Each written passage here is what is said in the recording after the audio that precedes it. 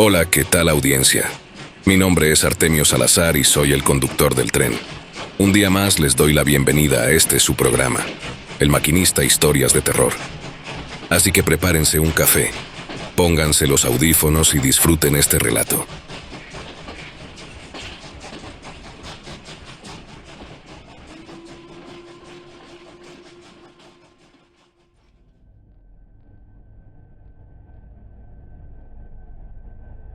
Un saludo para nuestro amigo José Luis Martínez. Con mucho cariño, muchas gracias por escucharnos y que tengas un excelente día. Atentamente tu amigo el maquinista. Soy psiquiatra infantil. Trabajé durante 14 años en el Hospital Regional de Volsky y en consulta privada vinculada al Departamento de Salud Mental de la Oblast de Volgogrado. He evaluado a niños con daño neurológico severo, con esquizofrenia temprana, con trastornos disociativos producidos por abuso o trauma. Conozco la diferencia entre un niño que inventa y un niño que recuerda. Esa diferencia fue lo primero que me perturbó del caso Kipriyanovich, y es lo que me ha seguido perturbando durante todos los años que han pasado desde entonces. Escribo esto porque no tengo acceso a mis archivos originales. Fueron solicitados por personal que no identificó correctamente su institución de procedencia en septiembre de 2002, y nunca regresaron. Lo que sigue es una reconstrucción basada en mis notas personales, que conservé en una libreta aparte y que nunca entregué a nadie, y en la memoria que tengo de esas sesiones, que no ha sido difícil de mantener. Cuando algo no encaja en los parámetros conocidos, se queda en la memoria sin esfuerzo. El caso llegó a mí en febrero de 1998. Nadezhda Kipriyanovich era una mujer de unos 35 años, delgada, con el aspecto de alguien que lleva meses sin dormir bien. Vino sola a la primera consulta, sin el niño. Me explicó que había consultado al hospital regional el año anterior y que los médicos habían descartado epilepsia y daño cerebral. Uno de ellos le sugirió que me llamara. Me describió lo que había estado observando desde que su hijo tenía aproximadamente 6 años. Decía que Boriska hablaba de lugares que no existían en ningún mapa que ella conociera.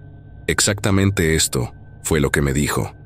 Doctor, Boriska habla de ciudades que no existen, con nombres raros.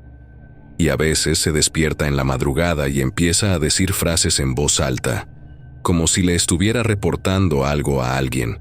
Pero sinceramente, por más que me esfuerzo, no logro entender qué es lo que dice. Pareciera que usa otro idioma o, no sé, estoy confundida. ¿Y qué más hace?, le pregunté.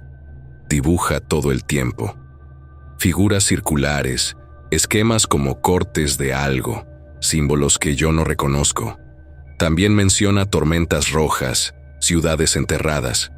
Habla de reactores destruidos y de una guerra que pasó hace mucho tiempo, en un lugar que no es la Tierra. El niño tiene acceso a libros científicos, enciclopedias o televisión satelital. No. Vivimos en un departamento chico de 2 habitaciones. Yo trabajo en una fábrica de procesamiento de alimentos, de 6 de la mañana a 3 de la tarde.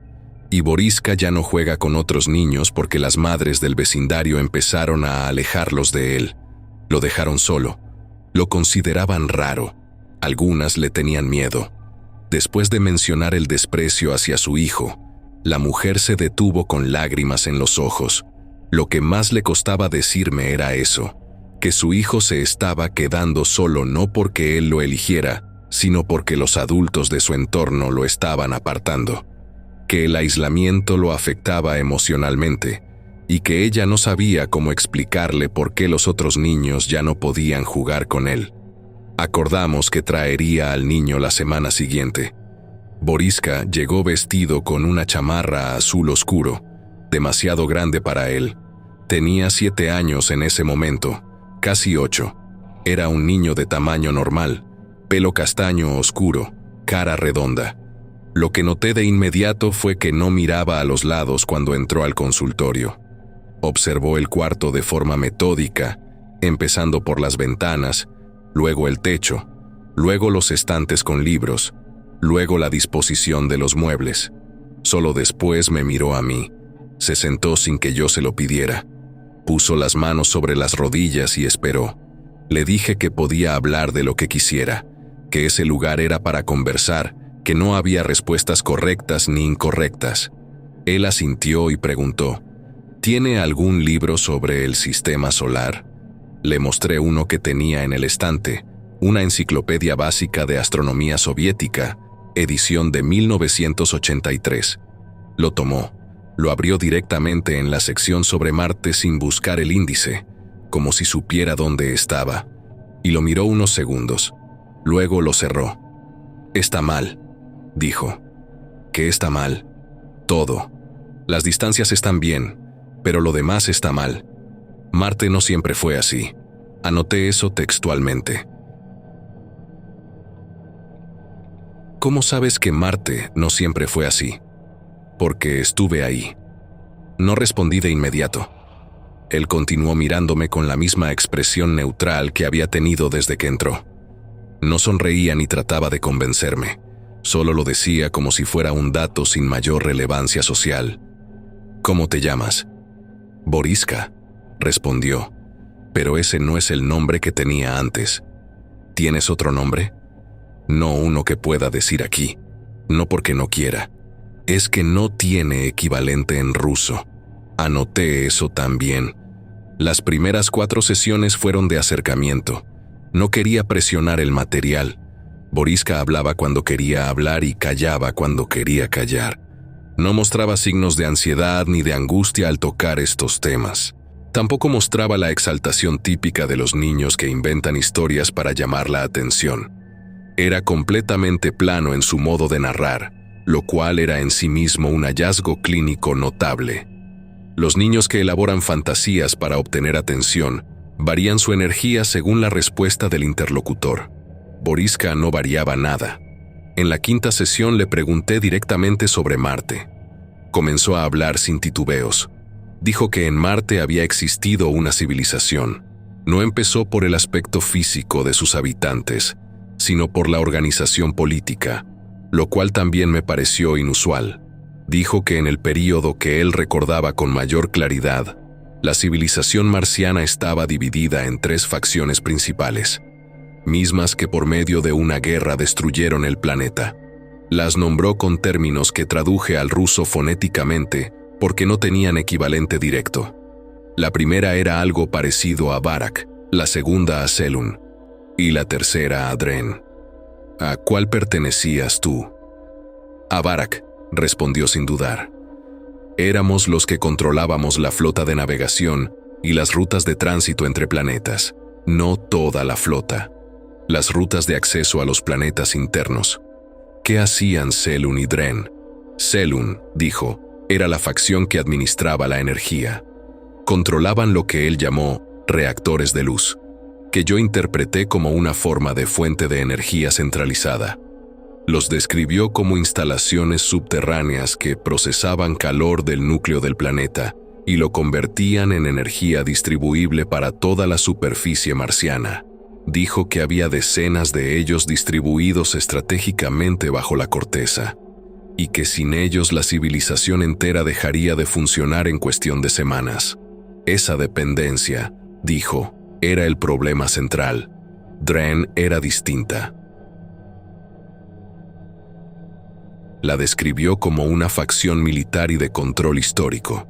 No controlaban flotas ni energía, sino el acceso a los archivos.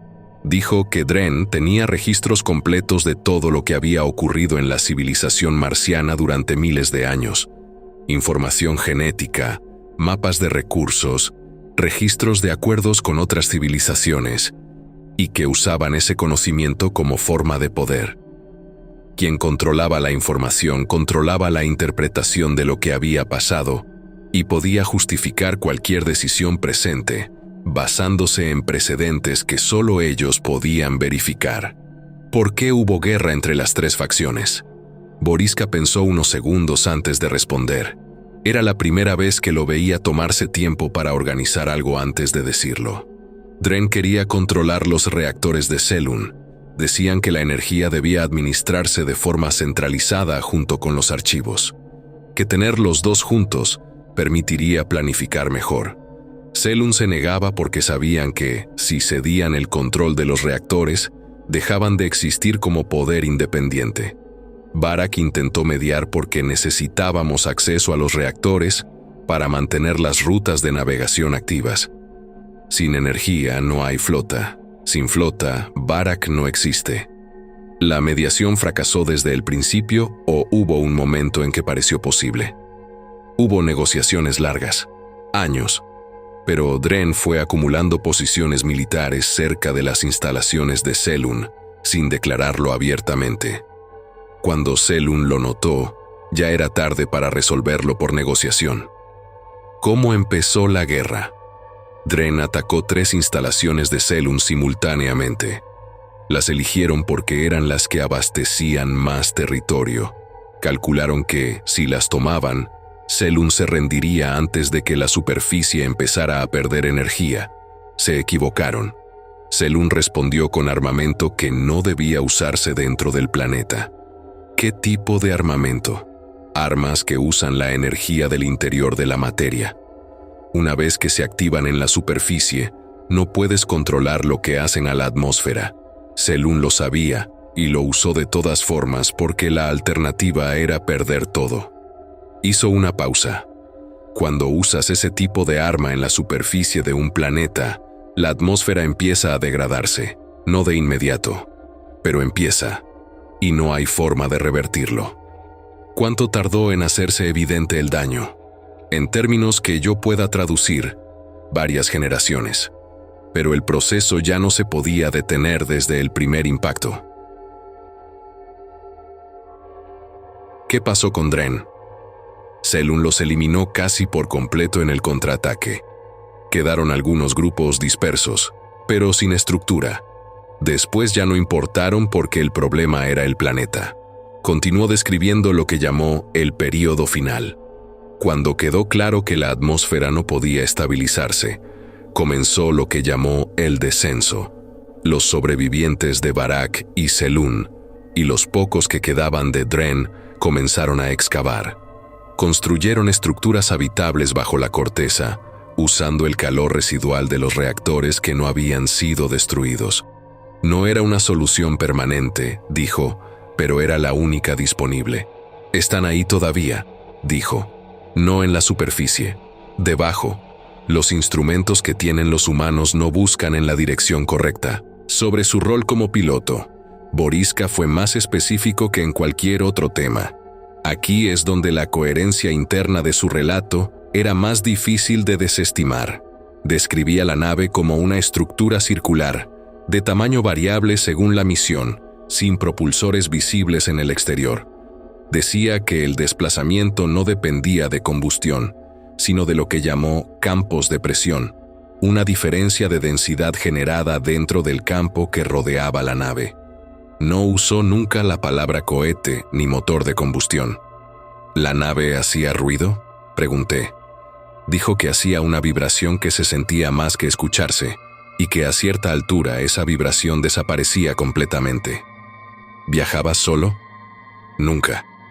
En la cabina de navegación siempre había entre 4 y 8 personas, cada una con función específica.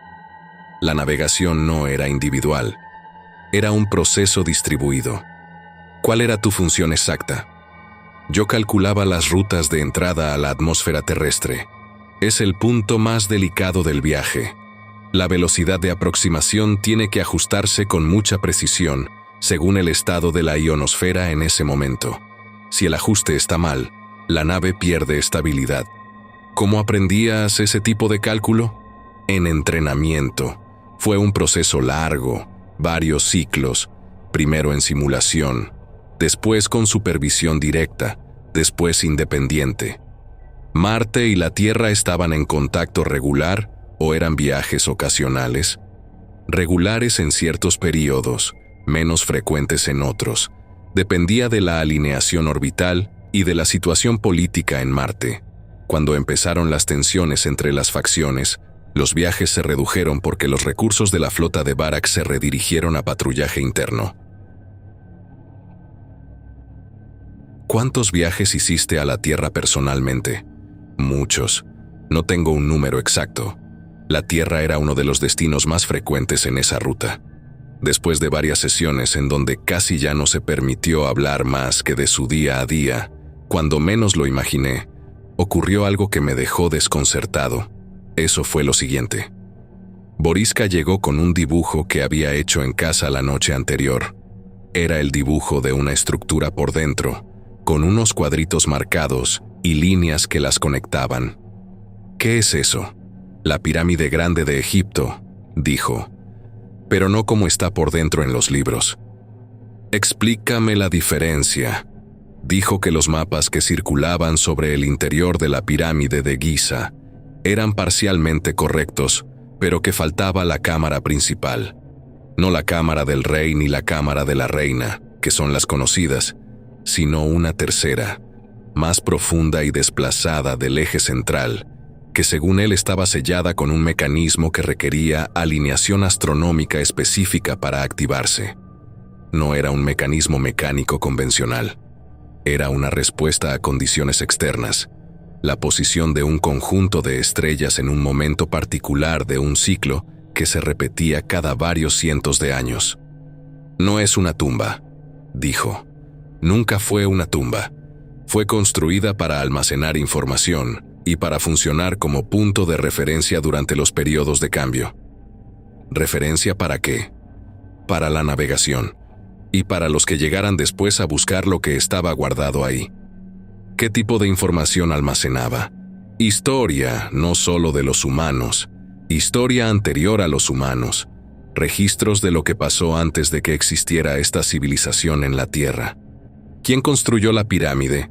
Aquí fue cuidadoso. Separó las palabras. Fue construida con ayuda.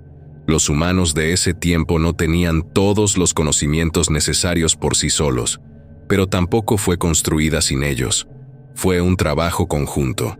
Los humanos hicieron la mayor parte del trabajo físico y los cálculos básicos.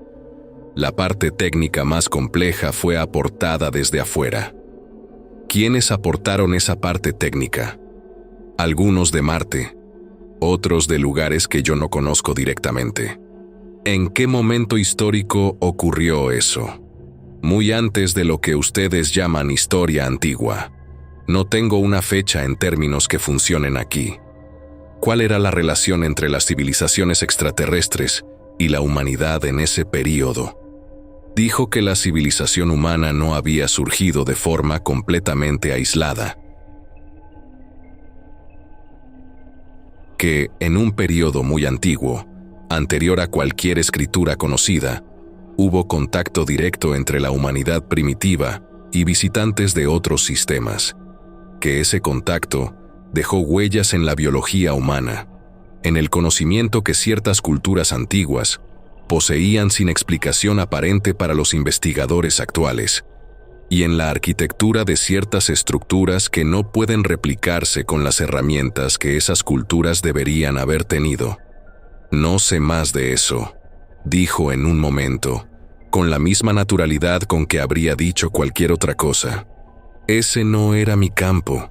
Yo era piloto, no historiador. Lo que sé de la conexión entre la Tierra y Marte lo sé desde mi función, que era el transporte. Lo que pasó antes de mi tiempo en términos de historia más antigua. Lo conozco de manera general, pero no en detalle. Esa delimitación me impresionó. Que un niño de 8 años estableciera con precisión el alcance de su propio conocimiento y lo justificara con una razón funcional, era algo que no había visto en ningún caso anterior. Los niños que elaboran fantasías no distinguen entre lo que saben y lo que no saben porque la distinción no les importa. La coherencia interna no es una prioridad cuando el objetivo es la atención. Para Boriska, la coherencia era un hábito. En una sesión de julio de 1998, Boriska dijo algo que no había dicho antes. Dijo que no era el único niño con esos recuerdos. ¿A qué te refieres? Hay otros niños, en otros países, con recuerdos distintos a los míos pero del mismo tipo. No todos son de Marte. Algunos vienen de otros lugares. ¿Cómo lo sabes? Lo sé, no porque me lo hayan dicho. Es como saber en qué dirección está el norte sin necesitar verlo. ¿Alguna vez has hablado con alguno de ellos? No directamente. No es así como funciona. ¿Para qué están esos niños aquí? Para que cuando llegue el momento haya gente que sepa qué hay que hacer. No para salvar nada en el sentido que la gente entiende. Para que haya continuidad del conocimiento. ¿Qué quieres decir con continuidad? Que ciertas cosas no se pierdan completamente cuando cambie la estructura. Como pasó en Marte, ahí no hubo continuidad. Nadie guardó bien el conocimiento antes de que todo colapsara. Por eso los que quedaron están atrapados debajo, sin poder reconstruir lo que tenían. Los aspectos más complejos de documentar eran los que Boriska llamaba los cambios que vienen. No era un tema que yo introdujera. Él lo sacaba, generalmente hacia el final de las sesiones, como si fuera información que consideraba importante transmitir antes de salir. No usaba lenguaje catastrófico ni tonos religiosos. Era descriptivo, directo, sin dramatismo.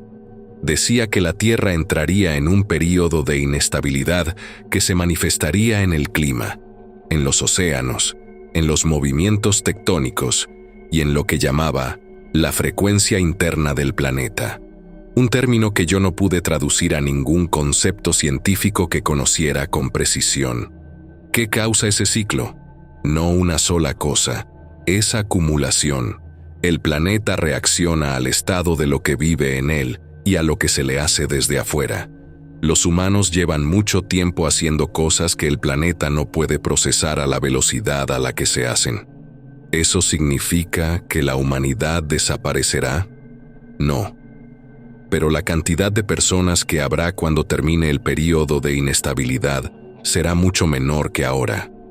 Y las estructuras que organizan la vida humana en este momento, los centros de poder, los sistemas de control de recursos, dejarán de funcionar de la manera en que funcionan. No porque alguien los destruya, porque el entorno que los hace funcionar va a cambiar. Hay algo que los humanos puedan hacer para evitarlo. Retrasar algunas cosas. No evitarlo. Ya comenzó. Lo que viene ahora es la parte en que empieza a volverse visible para todos. ¿Qué vendrá exactamente? Calor excesivo en lugares que antes eran fríos. Agua que entra donde no debería entrar. Movimiento inusual en las placas del fondo del mar. No todo a la vez, sino en secuencia, con intervalos que irán acortándose. Eso es lo que abriría el camino para lo que llamas el gran escape. El escape no es una fuga, es una apertura. Como cuando una misión termina y puedes volver a base. Las condiciones de inestabilidad no lo causan, pero son la señal de que el período se cierra. ¿Quién puede hacer ese escape? Los que vinieron aquí con una función, no toda la población humana, solo los que llegaron desde afuera con un propósito específico. ¿Tú eres uno de ellos? Sí. Los dibujos de estructuras voladoras comenzaron en el otoño de 1998. Boriska llegó a varias sesiones con hojas cubiertas de figuras. No eran naves como las que aparecen en películas de ciencia ficción, con formas heroicas o llamativas. Eran estructuras oscuras, de forma irregular, pero con simetría interna que se notaba si se observaban con atención. Que él siempre dibujaba sobre paisajes que reconocí como zonas rurales rusas, campos abiertos, líneas de árboles en el horizonte, el cielo plano característico de la región del Volga en otoño. ¿Los has visto en sueños? No en sueños. ¿Los has visto mientras estabas despierto? Sí. ¿Cuándo? Por las noches, en el campo detrás del bloque de apartamentos, a veces muy alto, casi como puntos, a veces más cerca. ¿Qué hacen? Nada visible. Solo permanecen en un área por un tiempo y después se van. No hay luces intermitentes ni ruidos, solo la forma. ¿Te causan miedo? No, los reconozco. ¿Son las mismas naves en las que viajaste? Examinó uno de sus dibujos con atención antes de responder. No exactamente. Son de otro tipo, más grandes, para observación de largo plazo, no para transporte. ¿Alguna vez se han acercado a ti directamente? Hizo una pausa más larga que de costumbre. Una vez, no dijo más. ¿Puedes contarme qué pasó? Todavía no. No insistí. En tantas sesiones, esa fue la única vez que dijo que algo no podía decirse todavía. No que no quisiera, que todavía no. El episodio de la desaparición en 2001 no lo supe por Boriska. Lo supe por su madre. Nadezhda me llamó un lunes de mayo. Su voz estaba preocupada. Me dijo que la tarde del sábado anterior, Boriska había salido al patio del edificio como lo hacía habitualmente y no había vuelto en varias horas. Que lo buscaron en el vecindario, que preguntaron a los conocidos y que no lo encontraron hasta pasada la medianoche. Estaba caminando por un camino de tierra cerca de un campo de cultivo a las afueras de la ciudad, aproximadamente a 5 kilómetros del bloque de apartamentos. Iba en la misma dirección que tenía cuando salió del edificio, sin señales de haber corrido ni de haber sido lastimado. No estaba herido. Estaba desorientado sobre el espacio, no sobre su identidad.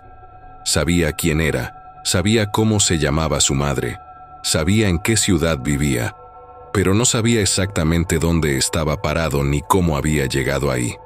Cuando Nadezhda le preguntó qué había pasado, respondió: todavía no era el momento.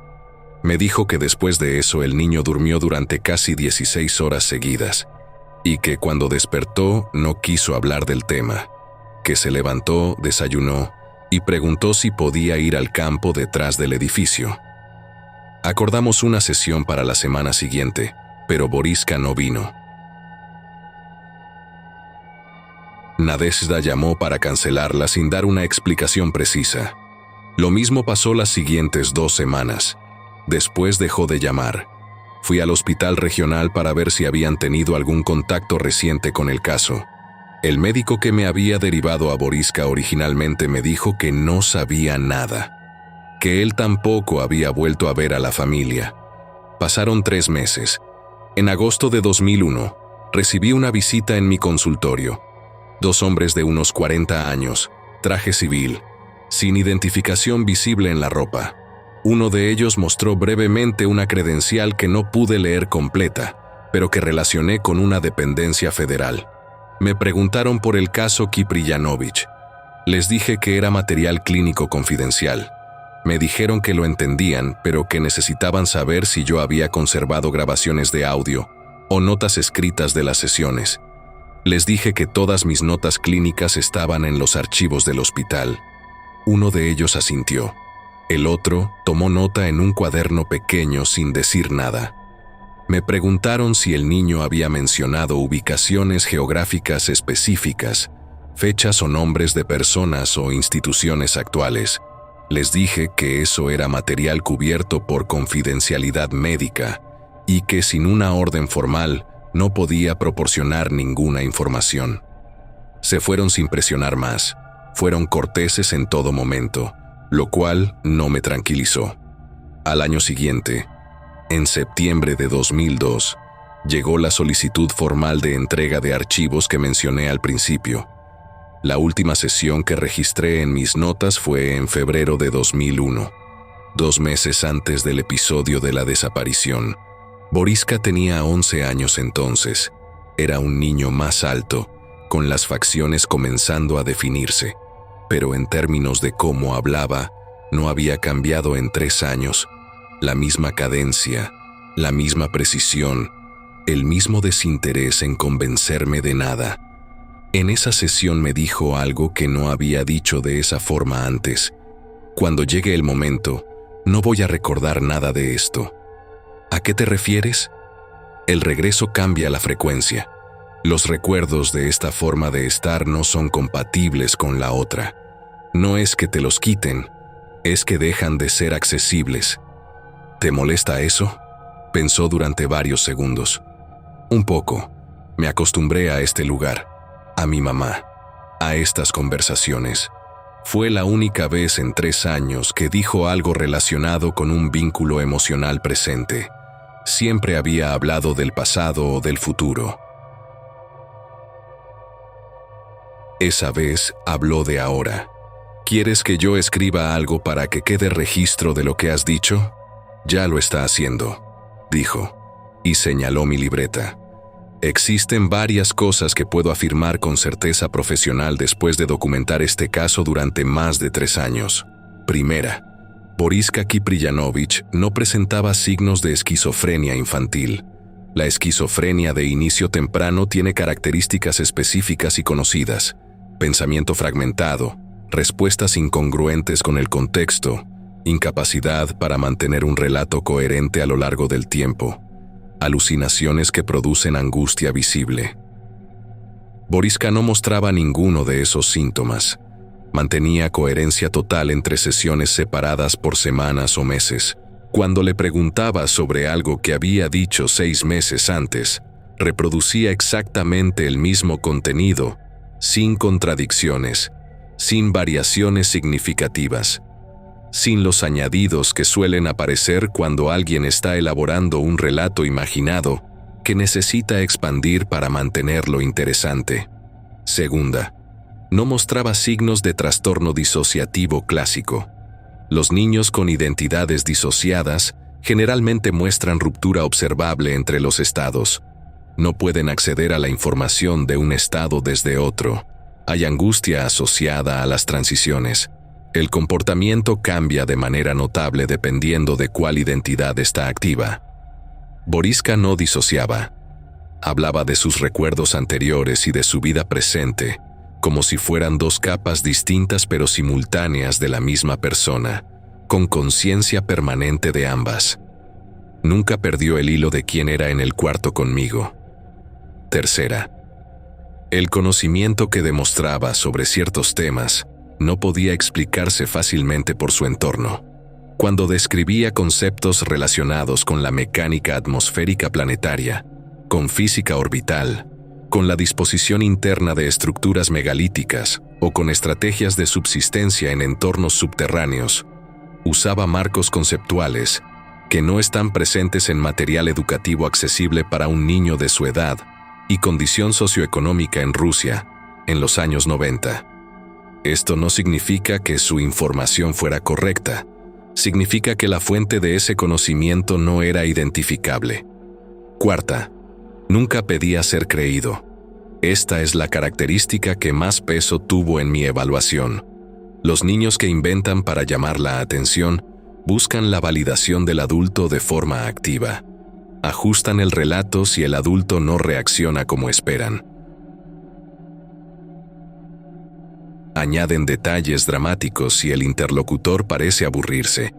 Buscan confirmación verbal. Boriska nunca me preguntó si le creía. Nunca ajustó su historia para hacerla más aceptable. Cuando yo expresaba escepticismo o le pedía aclaración de algo que sonaba improbable, él simplemente aclaraba o decía que no tenía más información sobre ese punto. Sin frustración, sin insistencia. No sé dónde está Boriska Kipriyanovich actualmente. Su madre, la última vez que intenté contactarla, había cambiado de dirección. Los vecinos del edificio original dijeron que la familia se mudó, pero nadie supo decir a dónde. El hospital regional no tiene registros de atención posterior al caso. Las versiones que circularon después son muchas y contradictorias. Que alguna dependencia gubernamental lo llevó a una instalación de investigación, que se fue con su madre a otra ciudad y vive una vida normal, que no existe continuidad verificable de él después de los 12 o 13 años. No tengo manera de confirmar ninguna de esas versiones. Nadezhda, antes de que perdiera contacto con ella, me dijo una sola vez, con mucha calma, que estaba convencida de que algo había venido por su hijo. No lo dijo como una acusación ni como una denuncia. Lo dijo como alguien que describe algo que ya procesó y que ya no intenta entender. Por mi parte, lo que sí puedo decir es que, en más de 20 años de práctica clínica, el caso Kipriyanovich fue el único que no pude cerrar con un diagnóstico. No porque faltara información, sino porque la información que tenía no encajaba en ninguna categoría que yo conociera. En todos los otros casos, al final encontraba la explicación. Podía señalar el mecanismo, el origen del síntoma, la causa del comportamiento. En este caso no. No afirmo que Boriska decía la verdad sobre Marte, o sobre civilizaciones antiguas, o sobre lo que vendrá. No soy astrónomo ni arqueólogo, ni tengo instrumentos para verificar afirmaciones de ese tipo. Digo que era un niño que describía experiencias complejas y coherentes que yo no pude explicar mediante ningún mecanismo clínico estándar. Digo que lo observé durante 3 años y que ninguna de mis hipótesis diagnósticas resistió el análisis completo del caso. Digo que la última cosa que me dijo fue que yo ya estaba haciendo lo que había que hacer y que señaló mi libreta, la que no entregué.